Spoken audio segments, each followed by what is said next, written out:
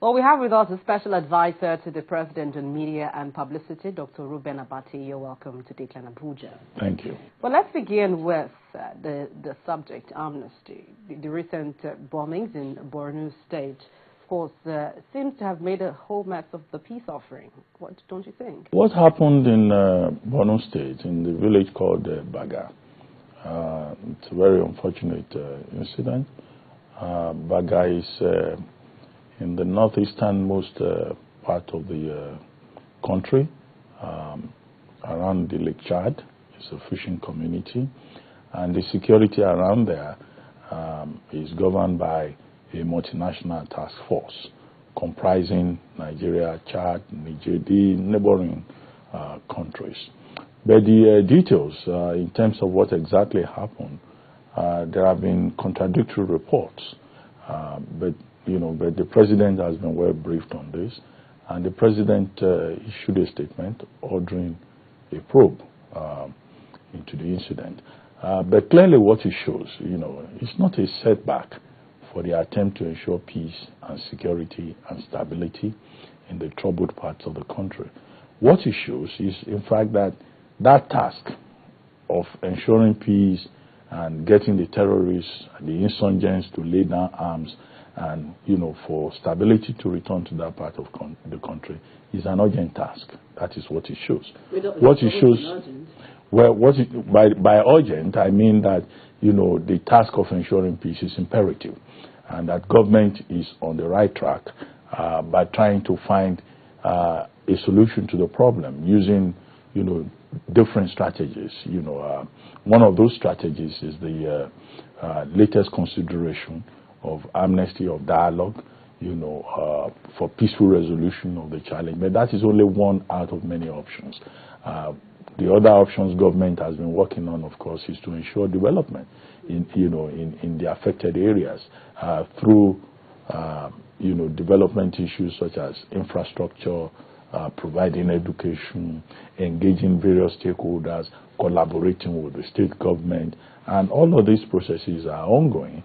And government's hope and expectation is that even with the committee that has been set up, that all of these measures coming together will help to achieve the objective of sustainable peace. Looking at the Amnesty Committee, one has been added to expand the committee, and of course, the committee has lost two key members already.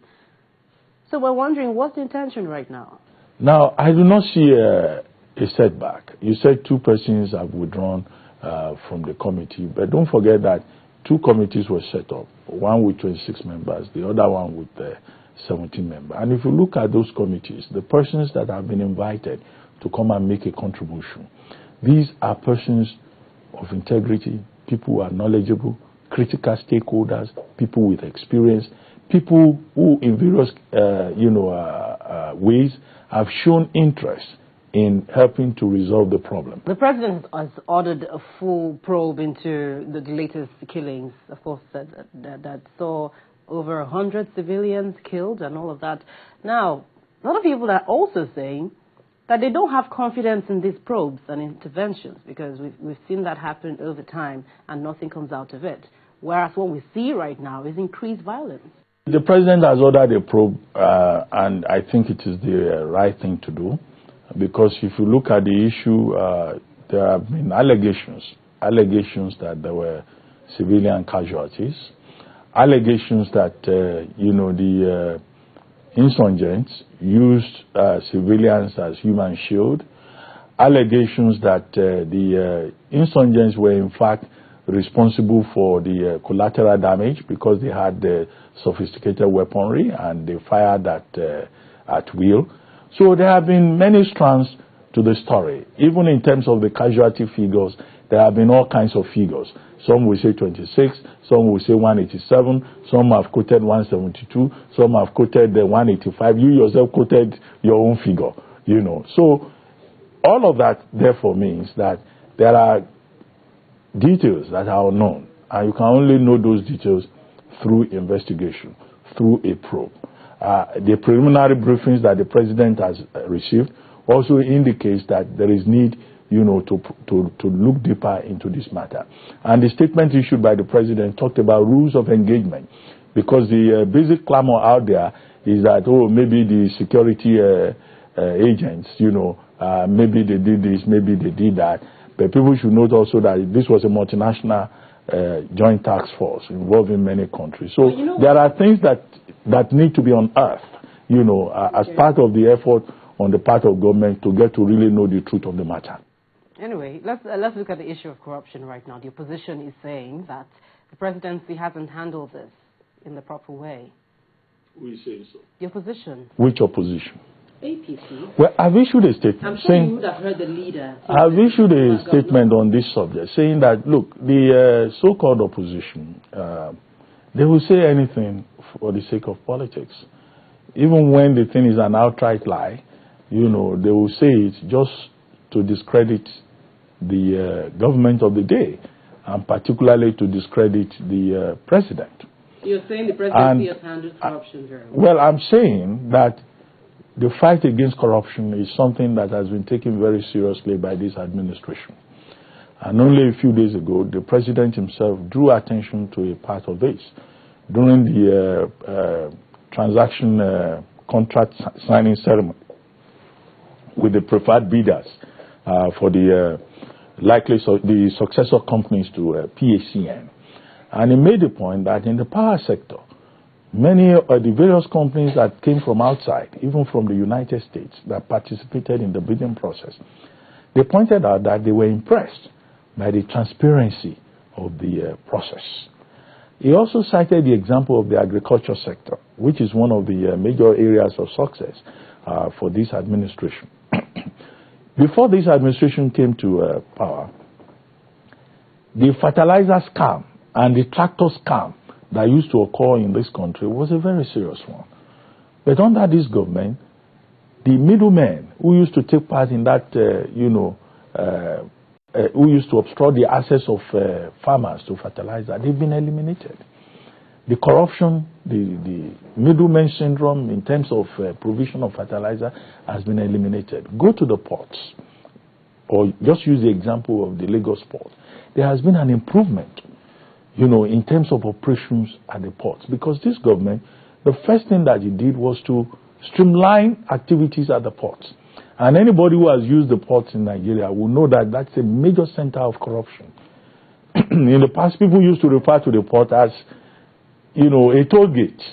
Not just a toll gate, multiple toll gates that you have to go through, increasing the cost of bringing in goods, increasing the cost of services. That this government has cleaned that up. People talk about the EFCC.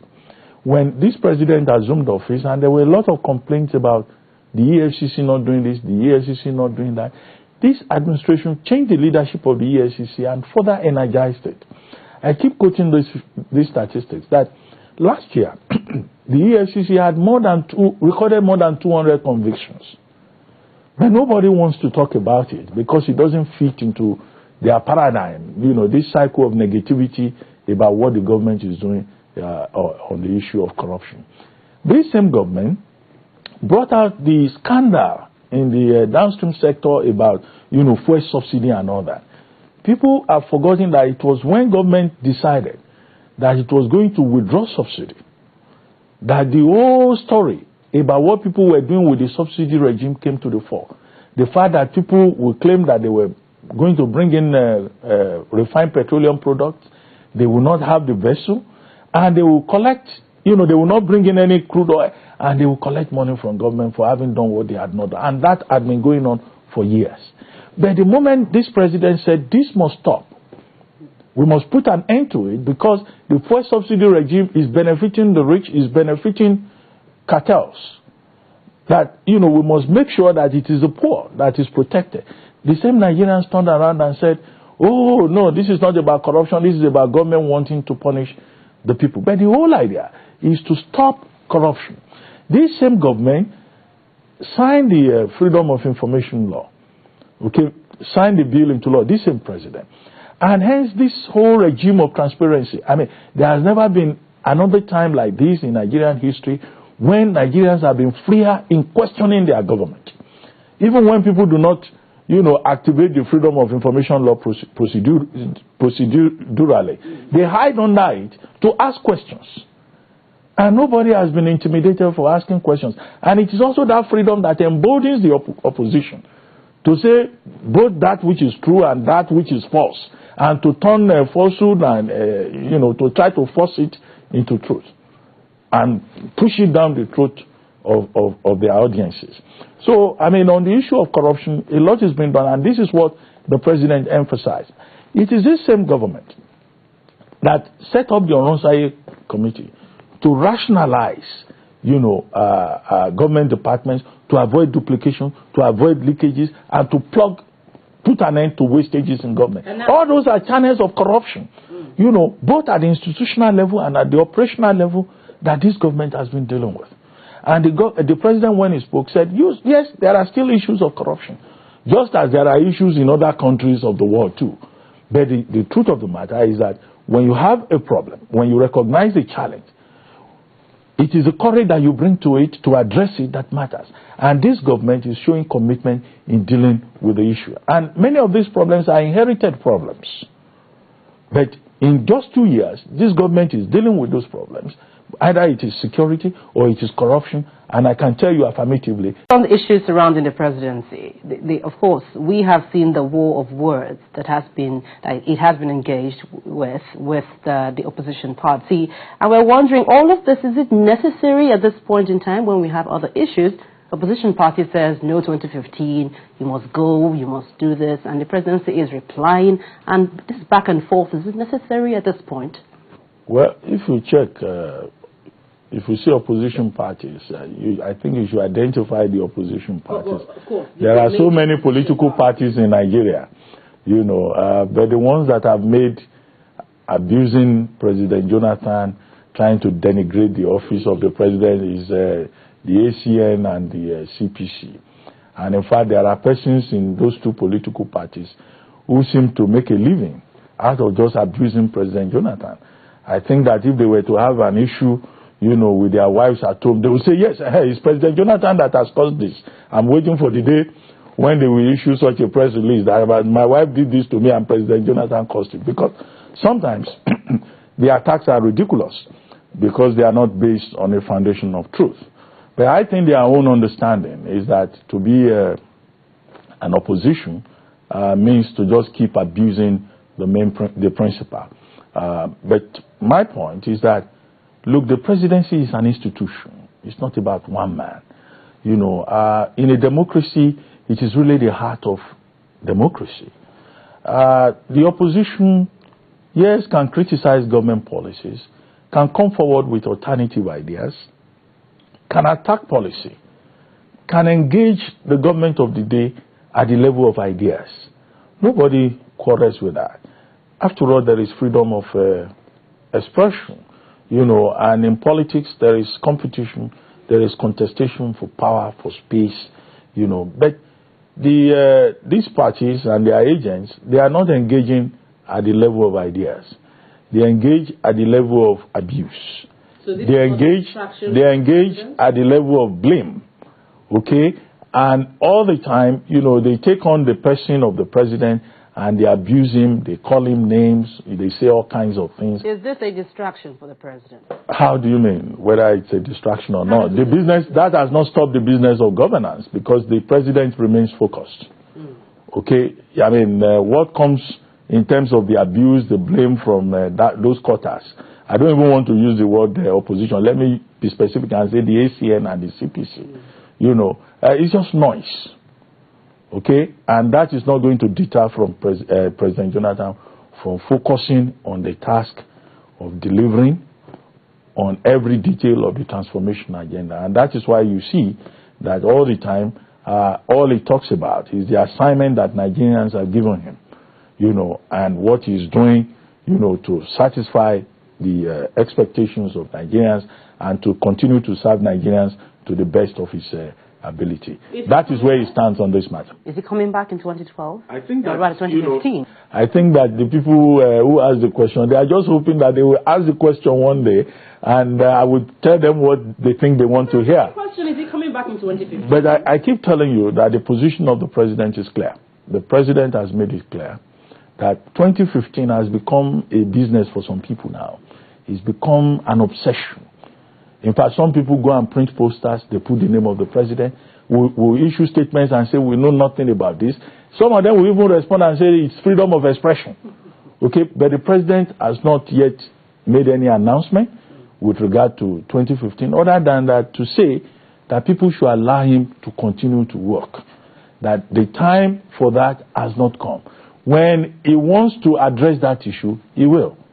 And he will confidently, courageously and humbly, as always, face Nigerians and say, this is my stand on this matter. Well, very well. Thank you. Special Advisor to the President on Media and Publicity, Dr. Ruben Abati. Thank you for joining us on Dateline Abuja. My pleasure. Thank you for the invitation.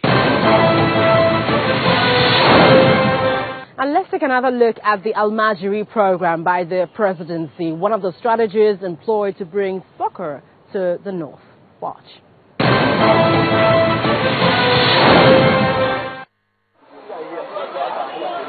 These children are not orphans or homeless.